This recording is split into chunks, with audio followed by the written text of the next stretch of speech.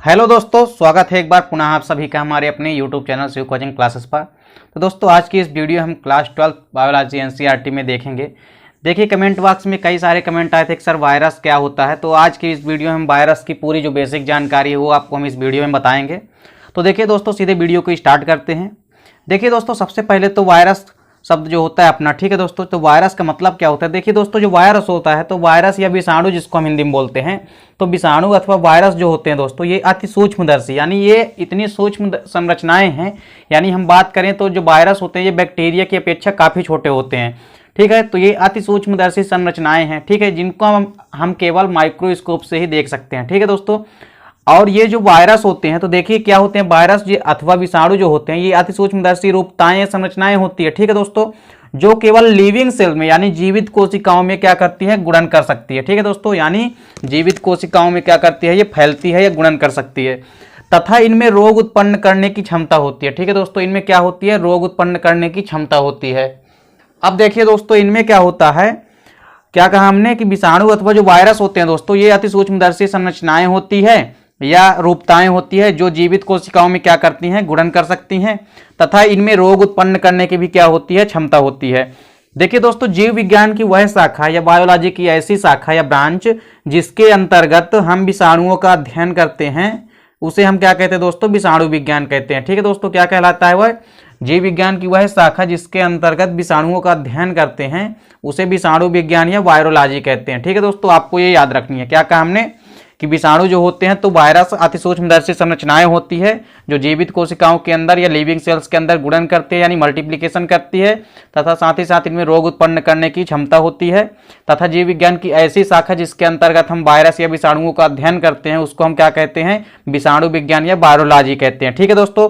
अब देखिए दोस्तों यहाँ पे जो वायरस शब्द होता है तो बेसिकली वायरस शब्द का जो उद्गम है वो लैटिन भाषा के किससे हुआ दोस्तों, विरियान से हुआ। किससे हुआ है, विरियान से हुआ है। और इस विरियान का मतलब क्या होता है दोस्तों, जिसका अर्थ होता है विष अर्थात पॉइजन, ठीक है दोस्तों, अर्थात जहर आप कह सकते हो। तो देखिए विषाणु शब्द का जो उद्गम है ये लैटिन भाषा का शब्द है, एक विरियान इससे हुआ, ठीक है दोस्तों। और विरियान का मतलब क्या होता है, विष या पॉइजन होता है, ठीक है दोस्तों। तो अर्थात इस प्रकार से विषाणु हमारे लिए बहुत ही हानिकारक होता है और तरह तरह के रोग फैलाता है, ठीक है दोस्तों। अब देखिए विषाणु की यदि हम खोज की बात करें दोस्तों तो सबसे पहले इसकी खोज जो है सन 1892 में इवानोव्स्की ने की थी। किसने की थी दोस्तों, इवानोव्स्की ने की थी। सन 1935 में स्टेनले नामक वैज्ञानिक ने विषाणुओं का क्रिस्टलीकरण किया, ठीक है दोस्तों। क्या काम ने कि जो खोज की यदि बात की जाए तो सबसे पहले इनको खोजा किसने, तो सन 1892 में यानी 1892 में इवानोव्स्की ने इसकी खोज की तथा सन 1935 में यानी 1935 में स्टेनले नामक साइंटिस्ट ने इनको क्रिस्टल के रूप में प्राप्त किया अर्थात इनका क्रिस्टलीकरण किया, ठीक है दोस्तों। और इनको क्रिस्टलीकरण करने के लिए इनको नोबेल प्राइज से भी क्या किया गया, सम्मानित किया गया। तो ये आपको बेसिक जानकारी इसके बारे में याद रखनी है। अब देखिए दोस्तों विषाणुओं में यहाँ पे कुछ समान लक्षण देखेंगे, ठीक है दोस्तों। यानी यहाँ पे कुछ बेसिक फीचर्स देखेंगे हम विषाणुओं के या वायरस के, ठीक है दोस्तों। तो वायरस के या विषाणुओं के यहाँ पे हम सामान्य लक्षण या मेन फीचर देखेंगे। तो देखिए सबसे पहला जो इसका मेन फीचर है वो क्या है दोस्तों, कि विषाणु अथवा वायरस जो होते हैं अति सूक्ष्मदर्शी संरचनाएं होती है। हमने आपको पहले ही बता चुका कि विषाणु अथवा वायरस जो होते हैं ये अति सूक्ष्मदर्शी संरचनाएं होती है जो केवल इलेक्ट्रॉन माइक्रोस्कोप के द्वारा ही देखा जा सकता है। यानी ये नॉर्मल माइक्रोस्कोप से भी देखना इनको मुश्किल होता है। इनको ज्यादातर अपन किससे देख सकते हैं, केवल इलेक्ट्रॉन माइक्रोस्कोप से, ठीक है दोस्तों, यानी इलेक्ट्रॉन सूक्ष्मदर्शी के माध्यम से देख सकते हैं, ठीक है दोस्तों, क्योंकि उसमें और अधिक जूम करके देखा जा सकता है। किसी भी छोटी चीज को उसको बृहद मात्रा में बड़ा करके देखा जा सकता है। अब देखिए दोस्तों यहाँ पे इसका दूसरा मेन फीचर क्या है विषाणुओं का, कि विषाणु जो होते हैं अकोशिकीय होते हैं यानी नॉन सेलुलर होते हैं। कैसे होते हैं दोस्तों ये नॉन सेलुलर होते हैं अर्थात अकोशिकीय होते हैं, इनमें कोशिकाएं नहीं होती है। ये कैसे होते हैं दोस्तों, संक्रामक कण है, ठीक है दोस्तों, यानी इन्फेक्शन करते हैं, ठीक है दोस्तों। तो यहाँ पे ये कौन सा था, तो ये यहाँ पे दूसरा फीचर है। अब देखिए तीसरा फीचर हम देखते हैं वायरस का।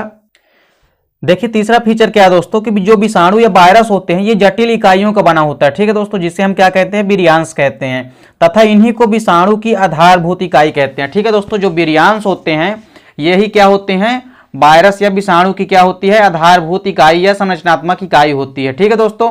अगला पॉइंट देखिए क्या है, मवेशियों के पैर एवं मुख रोग का जो विषाणु होता है, जंतु विषाणु होता है, वो सबसे छोटा जंतु विषाणु, ठीक है दोस्तों, क्या होता है, सबसे छोटा जंतु विषाणु कौन होता है? मवेशियों के जो पैर एवं मुख रोग का विषाणु होता है वह सबसे छोटा जंतु विषाणु होता है, जिसकी यदि लेंथ की बात की जाए यानी लंबाई की, तो ये कितना होता है?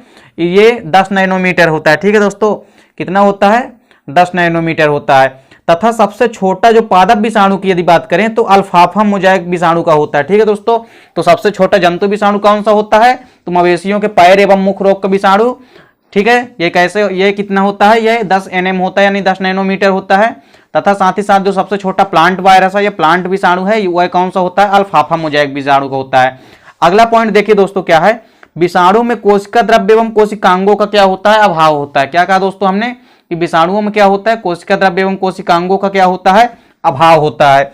अब देखिए दोस्तों अगला पॉइंट क्या है कि विषाणुओं की जो आकृति की बात की जाए। ठीक है दोस्तों, यहाँ पे पहले दोस्तों क्या देखते हैं अपन, विषाणुओं में क्या कहा हमने कि कोशिका द्रव्य एवं कोशिकांगों का अभाव होता है, यानी यहाँ पे किसी भी प्रकार का साइटोप्लाज्म एवं किसी भी प्रकार की कोशिकाएं उपस्थित नहीं होती है। अब देखिए अगला पॉइंट क्या है, विषाणुओं की आकृति जो होती है यानी इसकी शेप और साइज कैसी होती है? तो ये गोलाकार होते हैं तथा घनाकार भी हो सकते हैं, यानी क्यूबिकल होते हैं, गोलाकार यानी स्पाइरल होते हैं, और कुछ कुंडलित होते हैं तथा टेडपोल जैसी हो सकती है। टेडपोल किसको कहते हैं दोस्तों? जो मेढक का बच्चा होता है वो टेडपोल की आकृति का होता है, तो मेढक के बच्चे को अपन टेडपोल कहते हैं। तो जो देखिए टेडपोल के जैसे भी इनकी आकृति हो सकती है। तो क्या कहा दोस्तों हमने कि विषाणु की जो आकृति होती है वो गोलाकार हो सकती है, घनाकार हो सकती है, कुंडलित हो सकती है तथा टेडपोल जैसी हो सकती है। अगला पॉइंट क्या है दोस्तों, विषाणु अत्यंत संक्रामक होते हैं। कैसे होते हैं? ये संक्रामक होते हैं तथा जंतुओं एवं पादपों में क्या करते हैं? भयंकर रोग उत्पन्न करते हैं। ठीक है दोस्तों, पहले ही हमने आपको बता चुका है कि विषाणु क्या करते हैं? पादपों एवं जंतु में तरह तरह के भयंकर रोग उत्पन्न करते हैं। अब देखिए अगला पॉइंट क्या है दोस्तों, यहाँ पे प्रतिजैविकों का विषाणुओं पर कोई प्रभाव नहीं पड़ता, यानी जो एंटीबायोटिक्स होते हैं यानी प्रतिजैविक होते हैं इनका वायरस पर कोई प्रभाव नहीं पड़ता है। देखिए दोस्तों जितने भी एंटीबायोटिक्स या एंटीजन होते हैं ये विषाणुओं को तो खत्म कर देते हैं, लेकिन ये वायरस को खत्म नहीं कर पाते। हाल ही में आप लोगों ने नाम सुना होगा कोरोना वायरस का, तो देखिए कोरोना वायरस भी क्या है, इस वायरस में भी क्या है, इसमें जो एंटीबायोटिक्स होते हैं यानी प्रतिजैविक होते हैं, तो प्रतिजैविकों का इन पर कोई इफेक्ट नहीं पड़ता क्योंकि ये वायरस है, इसीलिए तो इनकी दवाई बनाने में काफी टाइम लग जाता है। ठीक है दोस्तों, क्योंकि इनमें प्रतिजैविक व प्रतिजन का कोई इफेक्ट नहीं होता है। ठीक है दोस्तों, अर्थात ये इसको खत्म नहीं कर पाते हैं। अब देखिए दोस्तों अगला पॉइंट क्या है, यहाँ पे हमारा अगला पॉइंट क्या है, जो सभी पूरे के पूरे जो विषाणु वायरस होते हैं दोस्तों ये किसके बने होते हैं? सभी विषाणु जो होते हैं न्यूक्लियो प्रोटीन के बने होते हैं। किसके बने होते हैं दोस्तों? न्यूक्लियो प्रोटीन के बने होते हैं। इनमें न्यूक्लिक अम्ल क्या होता है दोस्तों? डीएनए अथवा आरएनए प्रेजेंट होता है।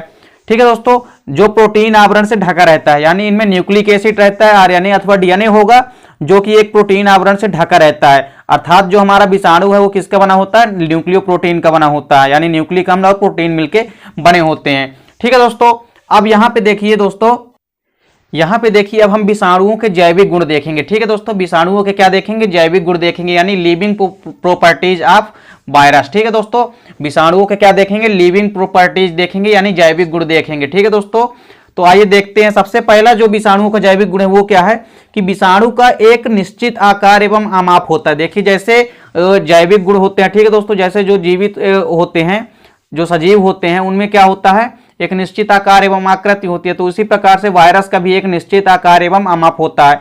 दूसरा पॉइंट क्या है दोस्तों, इनमें अनुवांशिक पदार्थ आरएनए अथवा डीएनए पाया जाता है। तो ओवरऑल आप ह्यूमन में भी देख सकते हैं, इनमें अनुवांशिक पदार्थ क्या होता है? डीएनए अथवा आरएनए होता है। ठीक है, तो ये किसका लक्षण है? जैविक का लक्षण है, यानी सजीव का लक्षण है।